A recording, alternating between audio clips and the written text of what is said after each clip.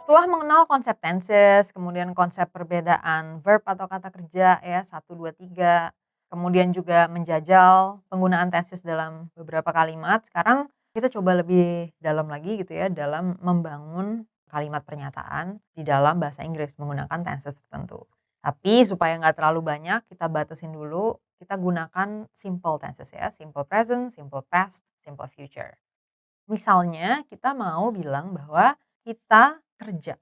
Kita kerja ini kejadiannya bukan di masa lalu, bukan di masa depan, tapi bukan juga berarti kita sedang bekerja sekarang juga enggak. Kita enggak lagi ngomong, kita lagi berlangsung nih kerja gitu, enggak. Kita hanya mau bilang intinya kita kerja. Nah, itu kita bisa pakai simple present.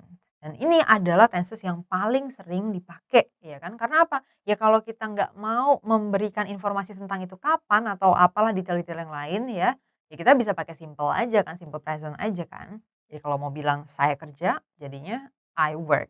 Nah, kalau misalnya saya kerjanya udah lewat, jadinya I worked. Kalau misalnya saya kerjanya baru akan gitu, baru akan terjadi, I will work atau I am going to work. Nah, ini bisa dipilih ya, sesuai dengan konteks. Konteksnya di sini yang membedakan will sama am going to atau to be plus going to, itu biasanya adalah tingkat derajat kepastiannya ya. Jadi will itu biasanya dipakai untuk hal-hal yang lebih nggak pasti, yang lebih berupa perencanaan gitu ya dan kadang-kadang mungkin jauh juga gitu kan. Atau sesuatu yang berupa mimpi ya. Misalnya kan kalau dalam lagu tuh ada I will fly into your arms gitu kan. Kenapa sih dia pakai will? Kenapa dia nggak ngomongnya I am going to fly into your arms? Karena to be plus going to itu biasanya dipakai untuk masa depan yang lebih pasti gitu. Kayak misalnya nih kita udah pasti banget besok tuh bakal datang kerja gitu ya. Nah, kita bisa pakai going to, pakai to be plus going to. Jadi I am going to work tomorrow karena udah hampir pasti nih saya bakal pergi nih kerja. Tapi kalau misalnya saya bakal jadi presiden suatu hari nanti gitu kan. Nah, itu kan mungkin lebih jauh dan mungkin masih lebih ngawang-ngawang, maka kita pakainya will gitu ya.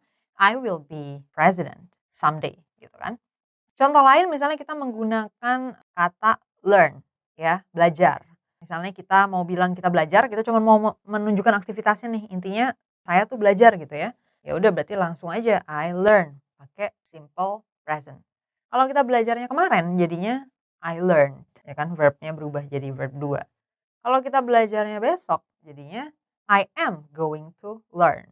Nah, kalau kita belajarnya suatu saat nanti belum tahu bakal belajar atau enggak, then I will learn. Nah, itu tadi penggunaan simple tenses dalam beberapa contoh kata kerja dan aktivitas.